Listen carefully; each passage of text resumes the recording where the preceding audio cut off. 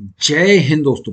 1 जनवरी 2025 से महंगाई भत्ते पर बड़ी अपडेट आई है। अक्टूबर के एआईसीपीआईएन के आंकड़े आए हैं। 3% बढ़ोतरी होगी या 4%, इस पर बड़ी अपडेट है। पहले तो मैं आपको ministry of labour and employment labour bureau की तरफ से एक प्रेस रिलीज जारी हुई है, जिसको मैं आपको दिखा देता हूं। ये 5/12/2024 की प्रेस रिलीज है। ये इसमें दिया हुआ है अक्टूबर 2024 के all India consumer price index के आंकड़े हैं, जिसके हिसाब से आपका महंगाई भत्ता बढ़ाया जाता है।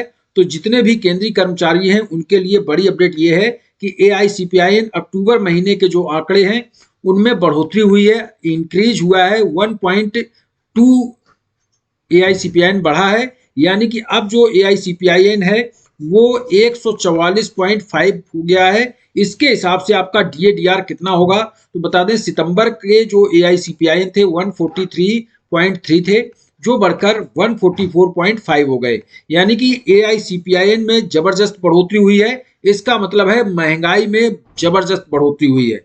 उस हिसाब से आपके जो डीएडीआर यानी महंगाई भत्ता है, महंगाई राहत है, वो कितना बढ़ेगा तो आपको कैलकुलेटर के माध्यम से आपको बता दें कि अभी तक जुलाई 2024 में हमें डीए 53% दिया जा रहा है, जो कि 53.36% हुआ था, जो राउंड ऑफ करके 53% आपके खातों में क्रेडिट हुआ है।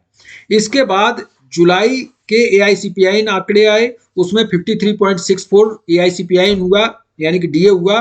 और इसके बाद अगस्त में एआईसीपीआईएन के जो आंकड़े थे उसके हिसाब से डीए 53.95 हुआ। इसके बाद सितंबर में जो एआईसीपीआईएन था उसके हिसाब से डीए 54.49 यानी कि 54.5% आपका डीए हो चुका था। लेकिन अक्टूबर के जो आंकड़े आए हैं उसके हिसाब से आपको इसमें 145 अगर कैलकुलेट कर देते हैं तो आपका जो डीए है वो 55.14 की बढ़ोतरी हो गई है। इस हिसाब से अगर देखा जाए तो 53 से सीधा 55% डीए अभी 4 महीने के आंकड़े के आधार पर हो चुका है।